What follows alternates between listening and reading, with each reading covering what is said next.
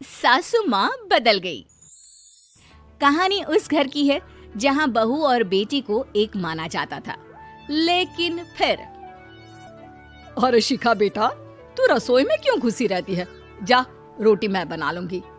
नहीं नहीं माँ जी, आप बैठिए, बस सारा खाना बन ही गया है। श्वेता को बोल देती हूँ, वो खाना लगा देगी सबका। सॉरी भाभी, मेरे पास वक्त नहीं है। माँ, मुझे पैसे देना, पार्लर जाना है।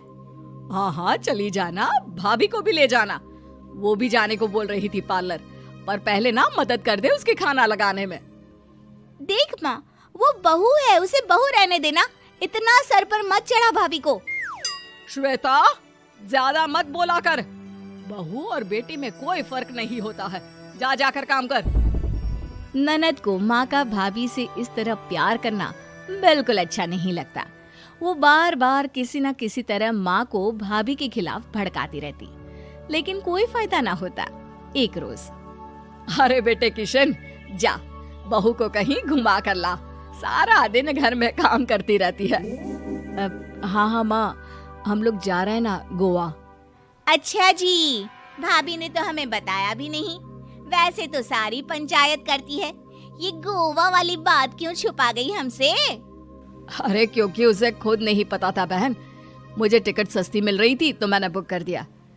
हाँ शिखा, पैकिंग कर ले, संडे हम जा रहे हैं गोवा। दोपहर में शिखा पैकिंग कर रही थी कि सास आ जाती है। ये क्या बहू, साड़ियाँ? अरे गोवा जा रही है घूमने या फिर शादी में मायके हैं?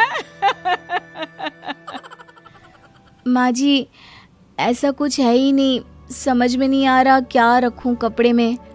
अरे तेरी और श्वेता की साइज तो एक ही है, उसके कुछ मॉडर्न कपड़े ले ले, आकर लौटा देना। हाँ माँ जी, ये ठीक रहेगा।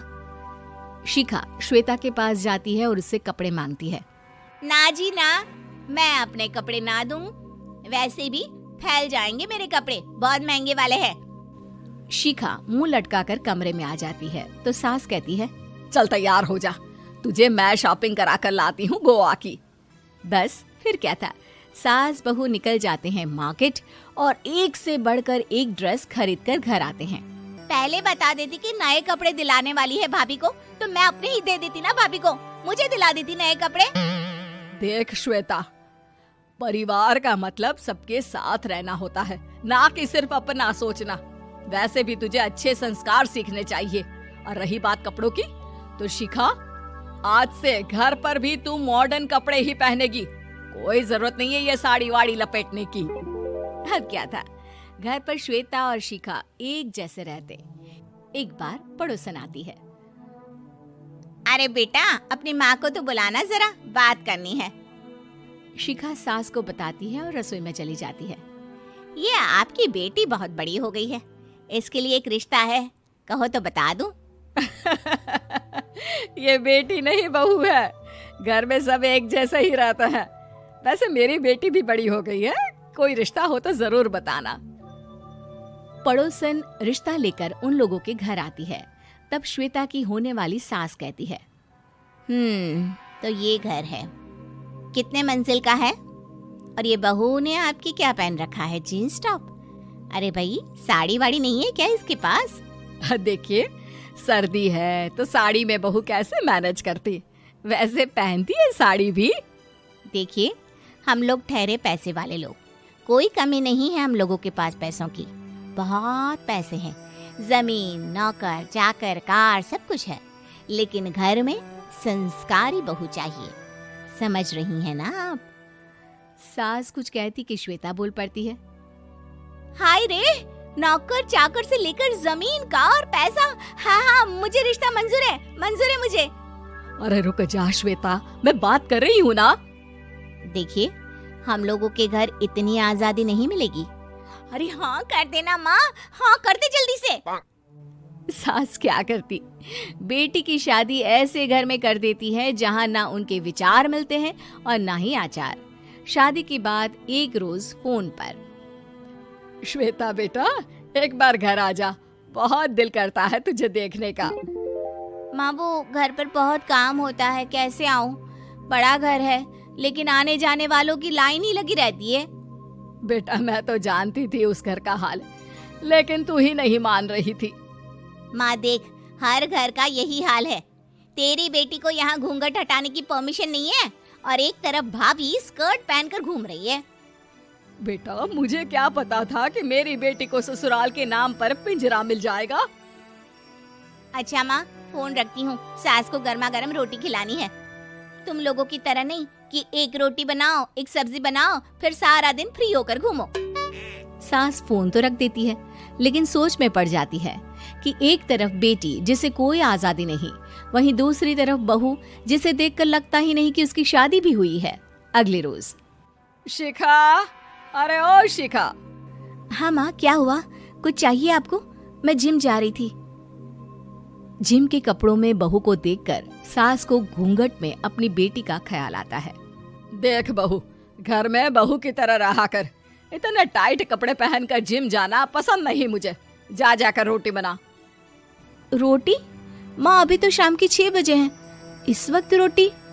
अब क्या मेरे खाने पीने पर भी पहरा है? अरे जब मर्जी तब मैं अपने घर में खा भी नहीं सकती क्या?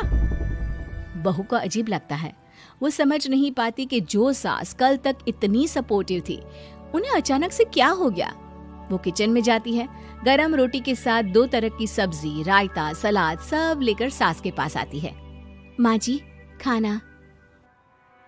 इतना सारा खाना? राक्षस समझा है क्या मुझे? रोटी मांगी थी मैंने गर्मा गर्म बस। पर माँ जी, रोटी खाती किससे आप? सब्जी तो बनानी थी ना। अरे भूख मर गई मेरी तेरी बहस से। जा जाकर काम कर, अंदर पूरी रसोई साफ कर। बहू अंदर चली जाती है। थोड़ी देर में श्वेता घर आती है। अरे शिखा, जल्दी से चाय ला, पकवान बना, मेरी बेटी आई है। अरे नहीं नहीं माँ, ड्राइवर बाहर खड़ा है। मैं तो घर का कोई सामान खरीदने के बहाने यहाँ आ गई हूँ, मुझे जाना होगा। अरे बेटा, पर कितने दिनों बाद देख रही हूँ तुझे, रहने आ जाना 2-4 दिन के लिए। आ जाऊंगी माँ, जब मेरी सास मरेगी तब। मैं तो रोज मन्नत मानती हूँ कि मेरी सास मर जाए तो अच्छा है। अच्छा चल, जा रही हूँ माँ। हे भगवान, कैसे कैसे दिन देखने पड़ रहे हैं मेरी बेटी को। सास अंदर जाती है, जहाँ श्वेता की जिम वाली सहेली का फोन आया होता है। क्या बात है, आज जिम नहीं आई? अरे पता नहीं यार, आज माँ को क्या हो गया अचानक। पर खैर कोई नहीं, लगता नहीं कि मैं अब जिम आ पाऊंगी। शिखा स्पीकर पर बात कर रही थी, जिसे सास सुन रही थी। यार ये सास ना होती ही ऐसी है। मैं तो कहती हूँ बुढ़िया जल्दी मरे और तू आराम से जिए। शिखा को सहेली की बात पर गुस्सा आ जाता है। माँ के मरने की कौन सा बच्चा दुआ मांगता है मोहिनी? आगे से ऐसी बात मेरे सामने मत करना। हमारे घर की शोभा ही माँ है। क्या हुआ जो थोड़ी सख्ती दिखा रही है? उसमें भी कोई ना कोई उनकी भलाई ही होगी। मैं तो कहती हूँ भगवान मेरे जैसी सास सबको दे, जो सिर्फ माँ की तरह है। सास वाली तो कोई बात ही नहीं है उनमें। सास ये बात सुन रही थी। उनकी आंख में आंसू आ जाते हैं कि क्यों वो बेटी की किस्मत में बहू को भी भागीदार बना रही थी। शिखा, अरे ओ शिखा, क्या हो गया? जिम नहीं जाना क्या?